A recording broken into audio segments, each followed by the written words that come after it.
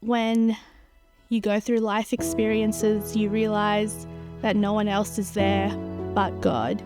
In 2020, just before COVID, I had revealed something to my parents, and it was something that I had been fighting for almost 20 years. In those 20 years, I felt so alone, and I would pray in the evening or whenever I felt a darkness over me.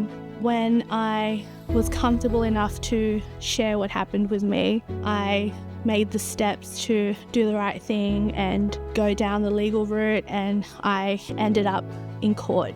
Before that, I used to mask my pain with blocking those feelings out, doing things that I would not be proud of.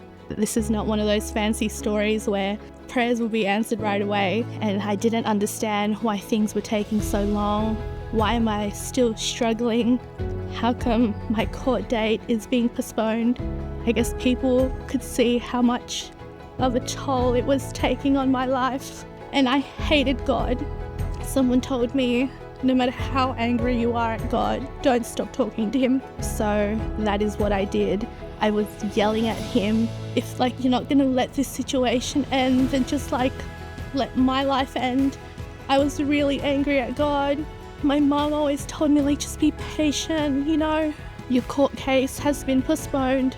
Maybe you're learning something.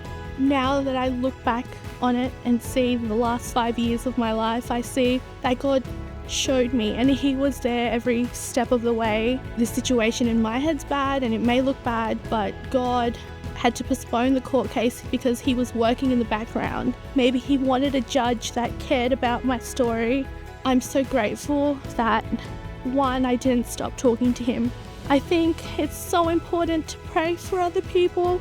You don't know what people are going through. Yeah, God not just heard my prayer or my yelling. He heard my mom's, my workplace, my friends.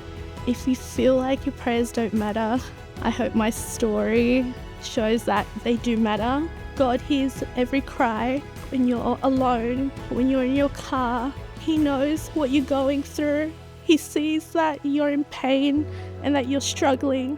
It says in the Bible when we can't articulate those words, that the Holy Spirit does. And God knows us. He knows what we're thinking. He just wants us to communicate with him, so don't stop.